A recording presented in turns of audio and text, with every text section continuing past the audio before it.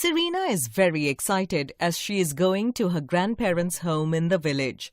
Papa, when will we reach the village? It will take a couple of hours, Serena.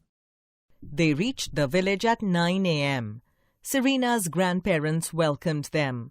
They took breakfast and went out for a walk.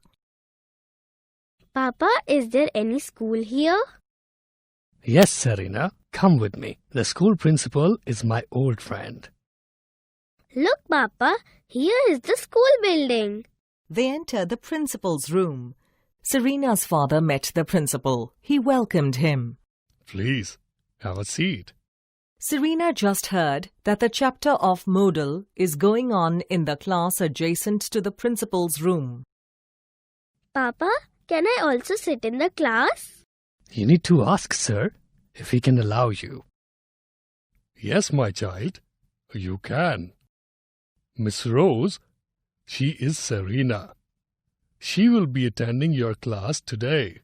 Hi, Serena. Welcome. You can take a seat. Serena takes a seat in the class.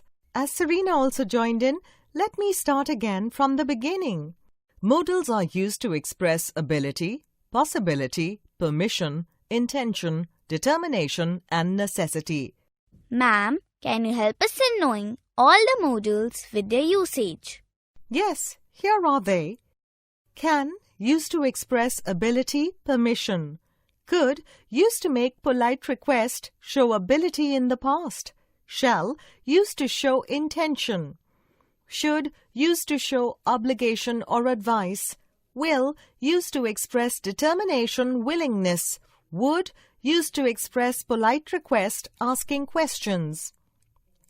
May, used to express strong possibility.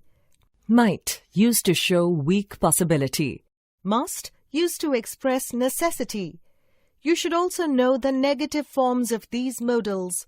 These are won't, will not, couldn't, could not, can't, cannot, mustn't, must not, wouldn't, would not, shan't, shall not, shouldn't, should not.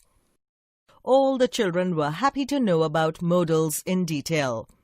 Serena thanked the teacher and came back to the principal's room to bid him goodbye.